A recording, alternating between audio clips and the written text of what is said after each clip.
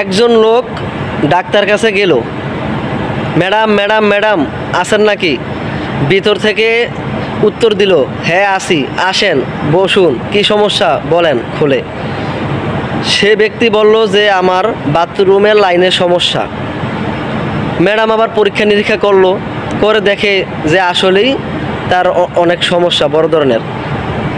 একটা মলম বাহির করলো, বলল যে এই মলম তোমার বাথরুমের লাইনে প্রতিদিন মাখবেন, মেখে 1 ঘন্টা আলাদাভাবে শুয়ে থাকবেন, কারোর সাথে মিশে যাবে না। সে ব্যক্তি বলল ঠিক আছে। তা ম্যাডামের থেকে গেল গা, এরকম প্রতিদিন তো দিতেছে, 1 ঘন্টা এরকম আলাদাভাবে থাকে রুমের ভিতরে, তার আর ভালো আর হয় না। এরকম 1 দিন 2 দিন 3 দিন 5 দিন হয়ে গেল, তার বাথরুমের লাইন তো ক্লিয়ার হয় না। সে ব্যক্তি আবার কেছে বাথরুমের লাইন লাগাইতে পড়ছে। সে লাগাইছে যে জায়গায় আমরা বাথরুম করি, ওই বাথরুমের ওই যে খাফের এর সাইডে লাগাইছে, মনে করছে যে ওই জায়গায় লাগাইতে হয়েছে। ওই জায়গায় লাগায় ঘন্টার পর ঘন্টা এরকম শুয়ে থাকে। তাহলে ওর ব্যথা কমবে কোন তনে, আর জ্বালা পোড়া কমবে কোন তনে, ওর ইয়া তো ভালো হবে না। 10 দিনের মাথায় গেল, ম্যাডাম ম্যাডাম কি মলম দিলেন? মলমে তো কাজ করে না, ভালো মলম দেন। আপনি কই মলম লাগাইছেন? ম্যাডাম এবার বললো যে বাথরুমের লাইনে।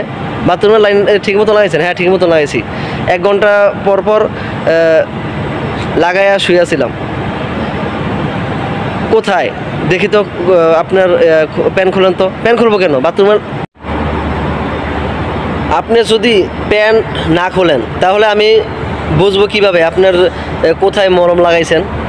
এখন ওই ব্যক্তি প্যান খুললো, দেখে আগের মতোই ওই জায়গায় কোনো মলমের কোনো চিহ্ন নাই, কোনো মলম টলম লাগে নাই। আপনি কই মলম লাগাইছেন?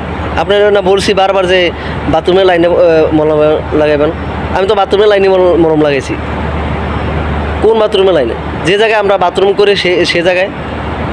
ম্যাডাম যেরম বলত ওই ব্যক্তি সেরম বলত। ম্যাডামেরও কোয়া ভুল হয়েছে যে আপনার পাশার মধ্যে বাথরুমের যে সমস্যা এই জায়গায় সুন্দরভাবে লাগাইবেন। এখন ও তো যে জায়গায় আমরা বাথরুম করি ওই জায়গায় লাগাইছে। দেখুন অবস্থাটা, এরকম বলো যদি হয়।